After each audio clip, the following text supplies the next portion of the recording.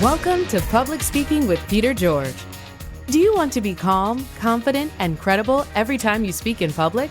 Then stay tuned as Peter and his guests discuss public speaking tips, techniques, and tactics that help you increase your impact, influence, and income. Here's your host, the author of The Captivating Public Speaker, Peter George.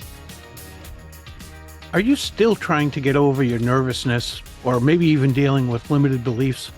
Well, then maybe it's time to try emotional freedom techniques, commonly known as EFT or tapping.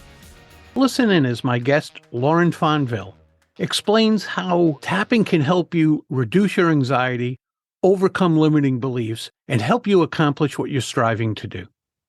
Lauren is an integrative energy practitioner, specializing in EFT tapping to help entrepreneurs reduce stress and increase profits. She guides her clients on a journey of self-healing to break through obstacles, whether they're physical, mental, or emotional, that keep them stuck in life and in business. Here's my conversation with Lauren Fonvielle. Lauren, welcome to the show.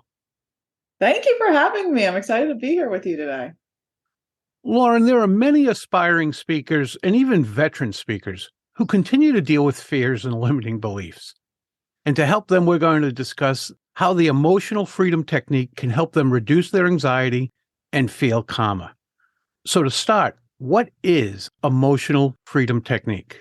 Emotional freedom technique is a process that consists of gently tapping on certain points of the body while simultaneously acknowledging the emotions that you're feeling. So when I'm introducing it to somebody that's never heard of it before, I often compare it to acupuncture, just because people are more familiar with that. So when you go to an acupuncturist, they take these tiny little needles and they put them in at certain points of your body. With tapping, what we're doing is applying light acupressure to some of those same points. And those points that we're tapping on are the end points of the meridians. And the meridians are how energy moves through the body. And sometimes that energy can get stuck. And I know that that can sound weird or kind of out there to some people, but there is a lot of science behind this too. There's a lot of studies that have gone on, and tapping has shown to reduce the amount of cortisol pumping through the body. And cortisol is the stress hormone. So by tapping on these points, it helps to reduce that stress hormone. So then when you feel, less stressed, you feel calmer in your body, you can think more clearly. And so that's the gist of kind of how it works. All right, before we get into the science of it, how did you get into this? I got into this because of my own journey with anxiety and stress, and looking for a holistic way of approaching it. And for me, I started having panic attacks shortly after finding out that my husband was going to be deploying again. And I started by going to a yoga class, and I went through yoga teacher training. And in that process, I was around a lot of people that were interested in energy work. And I was introduced to Reiki and sound healing and also EFT. And I was very skeptical when I was first introduced to it. But then after trying it for the first time, I was hooked. I'm like, okay, this is something that's actually making me feel better. I don't understand why. It's a little weird. But I kept doing it, and I just continued with that and went on to get certified so I could share it with other people. Nothing matters as long as it works, correct? Yeah, exactly. That's exactly it. I mean, and that's what I like to tell people. It's like, if you're at a point where nothing else is really working, why not give this a try? Because there's no negative side effects with it. What else is behind that science? Why does this work? How can it make such a difference? Yeah, I think that it's this practice of the somatic practice of actually tapping on the body, combined with really acknowledging how you're feeling. Because I think as humans, we don't do that enough, right? When we feel uncomfortable feelings like fear, anger, frustration, overwhelm, we do not enjoy that, right? That doesn't bring on the warm fuzzy. So typically what we do is shove it down, right? And then we distract ourselves with something else. And I think we all know that that can work in the short term, right? You can distract yourself for a little while, but all that stuff that you're ignoring and you're shoving down is going to continue to build to a point where it's going to come out. And sometimes that comes out emotionally, and sometimes that comes out physically with physical pain in your body. And so this is a practice that really teaches you and helps you to hold space for your emotions and allow yourself to feel them. And I think what most people can relate to is that idea of when you feel stressed, you feel that in your body. And so by taking the time to tap on these points and talk about what you're feeling stressed about or what you're feeling fearful of, it really helps you to start to create some distance from it. And when you do that, you can see things a little bit differently. And when you see things differently, you begin to feel a little bit differently. And when you feel differently, then you take different action. And then, of course, by taking different action, you get a different result. And that's what most people are after, right? Feeling better, getting that different result. Do you think a lot of us just ignore it? And I ask that as a loaded question because I was brought up as an athlete, and it was always suck up the pain, suck up the nervousness, get out there and do what you need to do. Yeah, I mean, I think society has put that on us, right? Power through, keep going, no pain, no gain, right? And that is just not, it's just not true. We need to really acknowledge how we're feeling. I always like to say we need to feel it to heal it. And we can spend so much energy trying to avoid feeling the feeling and running away from it. But if we allow ourselves to invite that feeling in, to sit with it, we can move through it and then use that momentum to go forward in a way that really truly feels good instead of feeling like we're constantly running from something. Other than stress, what other types of conditions can it help with? It can help with a wide variety of conditions. So it can help with limiting beliefs. It can help with weight loss. If you're somebody that particularly is dealing with cravings, it can help to reduce those cravings. It's been shown to help with PTSD. It's in fact been approved by the VA for veterans. And there was one study that was shown that in this group of veterans, they did tapping with them once a week for 6 weeks, and 90% of the veterans in that group had a reduction in their PTSD symptoms. Which is pretty incredible. That's amazing. Yeah. I mean, it can help with insomnia. So, and I know when I state all of these different things that it can help with, people are like, okay, this idea of I can tap on myself and it's going to help with all of these things. And I know that can seem almost too good to be true, but it works. That's all I can say is that it works. Bring us through a typical session. What would it look like? The session starts off by talking about what the issue is, right? So if you, let's say, have a fear of public speaking, we would talk about, how it makes you feel. How does it make you feel in your body when you think about getting up in front of people and talking? And we could start there with the physical sensations that come to mind. Maybe you get that nervous feeling in your belly. Maybe you start to sweat, right? And when we're tapping, the way that it works is the practitioner will say a sentence, and then the person who's doing it will repeat that sentence. So I often say it's kind of like Simon Says. I tap in a spot, you tap in that same spot on yourself, and then you repeat the sentence after me. And so then as we move through that, we notice what other thoughts begin to come up. And a lot of the time what happens is that memories from the past begin to arise, and things that our cognitive mind is trying to make sense of, right? So maybe you have this thought of a time when you were in second grade and you had to get up and talk in front of your classmates, and you were so nervous and you started stuttering or something, right? And so in your mind, you're like, oh my goodness, that was when I was a kid. That has nothing to do with why I'm feeling this way right now, right? But I can guarantee whatever memory starts to surface, even if there isn't a direct correlation like that, as far as like standing in front of people, even if it's something that you feel like is completely unrelated, more likely than not, I've never experienced where there isn't some sort of connection there. There is a connection, and the thought then begins to lead to something else. And so a lot of the time there are these experiences that we've had in the past that have emotions associated with them that we did not process. Sometimes because we were a child and we didn't have the tools to be able to process, sometimes because we chose not to. And so by addressing that, we are able to kind of move through that, hold space for it, and let that go. And then you begin to feel a little differently in your body and think differently about your current situation.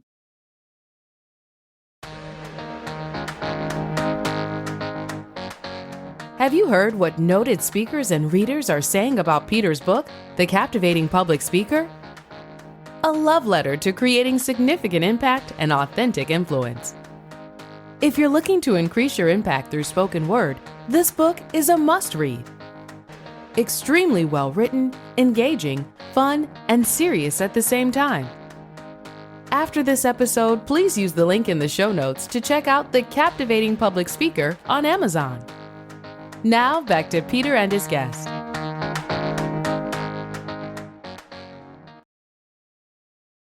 How long does it take? Most of my sessions are an hour long. When I work with children, they're shorter just simply because of their attention span. But most sessions are an hour. And some people will be like, tapping for an hour, that seems like a really long time. But it's really an organic unfolding that happens. And one thought really, truly does lead to the next. I recently had a client who came to me who had a fear of going on elevators. There was no specific reason why she had this fear. It wasn't like there was ever a time where she was locked in an elevator or anything like that. But this fear had continued to get worse as she got older. And she was always able to kind of manage it, but now she's in her 50s and it was too much. And it was preventing her from doing things that she wanted to do, like going to Manhattan and staying overnight because she couldn't stay in a hotel and not, get on an elevator. And so working through that process with her, it did lead to a lot of memories from the past, which were connected with not feeling safe. And that started to portray itself when she was getting on these elevators. And so by working through these past memories that started coming up, she was able to, by the end of the time working together, which was just 2 months, she had a trip planned and she was able to ride every single elevator on that trip with ease. And it wasn't a problem. I'm not going to say she loved getting on the elevator, but she did it and she didn't have any panic attacks. So it was pretty amazing. Do you tap on the same spot or does it vary? We use the same points for any type of issue that you're dealing with. It's just one simple protocol. And so once you learn where the points are, it really is rather simple. Sometimes implementing it can be a little bit more challenging. A lot of my clients will say, I don't really know what to say when I'm tapping on the points. But once you get a hang of that, it really is simple because you can use it anywhere, right? Like you don't need to have anything extra besides just your fingertips. So you can use it in those situations where you start to feel the anxiety coming on in the moment. And then it can also be used proactively on a day-to-day basis, just as part of your regular self-care. So this is something that's really useful for a speaker who's getting up to speak and maybe they're backstage, or even if it's a corporate setting and they're sitting in a chair waiting to get up in the front of the room. Is it something they could use there where it's not obvious that it's taking place? Yeah, absolutely. So while most of the points are obvious that are part of the protocol, I always like to share some additional points, right? So even though there are certain points that are part of the protocol when tapping, just like with acupuncture, there are points all over the body. And so some of my favorites are the ones that you don't really notice. And so the tips of the fingers at the base of the nail bed on any finger, if you can either tap on the corner of the finger, or if you just squeeze on both sides of any finger, it looks like you're fidgeting. And what that is doing is sending a message to the amygdala in the brain, that part of the brain that controls fight or flight. And it's telling the amygdala, hey, you're not actually in fight or flight. You don't need to be in fight or flight. You don't need to be creating all of that cortisol. And it slowly reduces the amount of cortisol. And that can happen within minutes.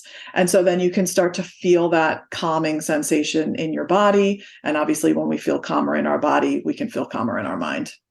So it reacts fairly quickly then. Yeah, it can. You can have a quick reaction. Yeah. The that study that was done that showed that it reduced the cortisol by up to 43% was in a group tapping session. And yeah, it can happen within minutes. In those situations for sure. Yeah, it can be very helpful in that way. So when someone goes to work with a practitioner, you, someone else, Mhm. how long or how many sessions does it normally take for them to get used to this and saying, I'm starting to see results?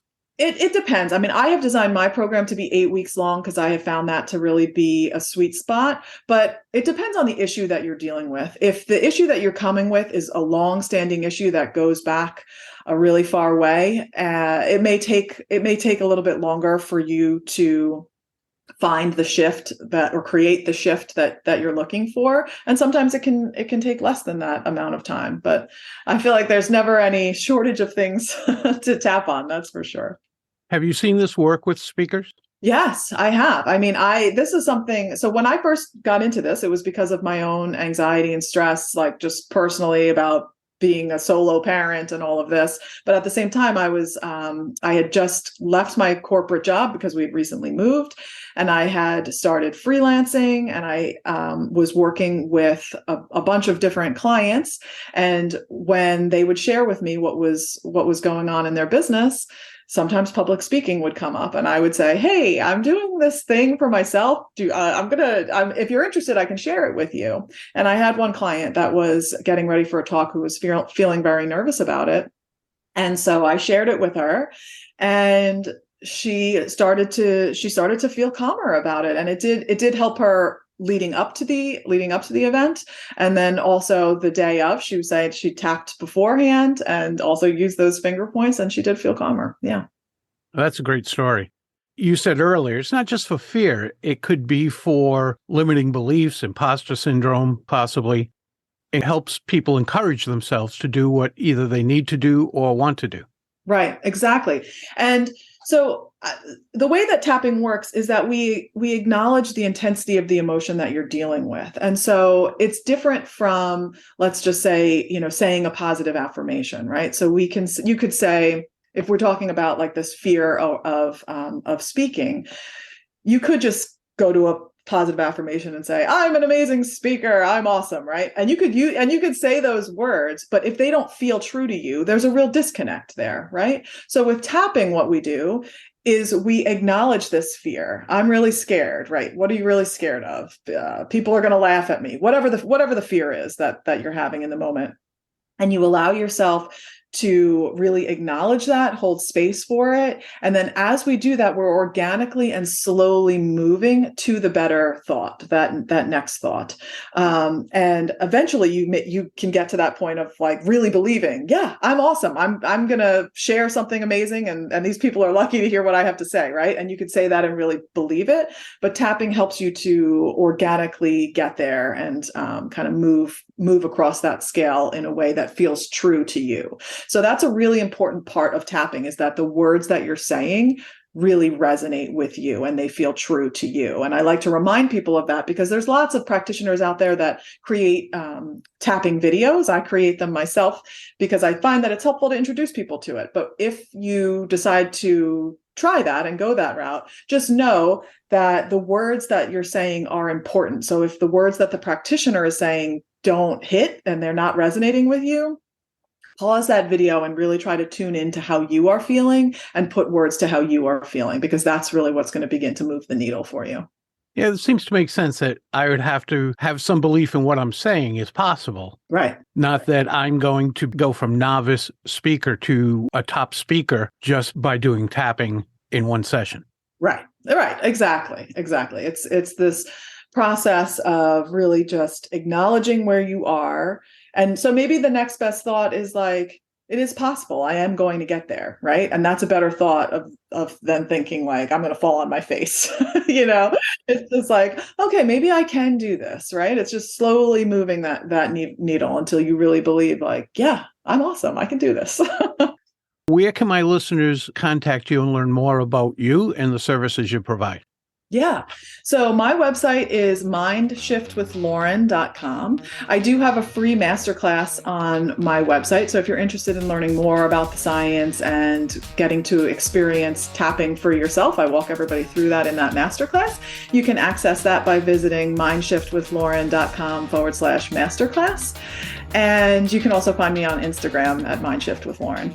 Lauren, I'll have that in the notes, and thank you so much for being with us. Thank you so much for having me. It was a fun conversation. That's a wrap of another episode of Public Speaking with Peter George. Be sure to tune in again for a conversation with another public speaking expert. And remember to use the link in the show notes to go to Amazon and check out Peter's acclaimed book, The Captivating Public Speaker.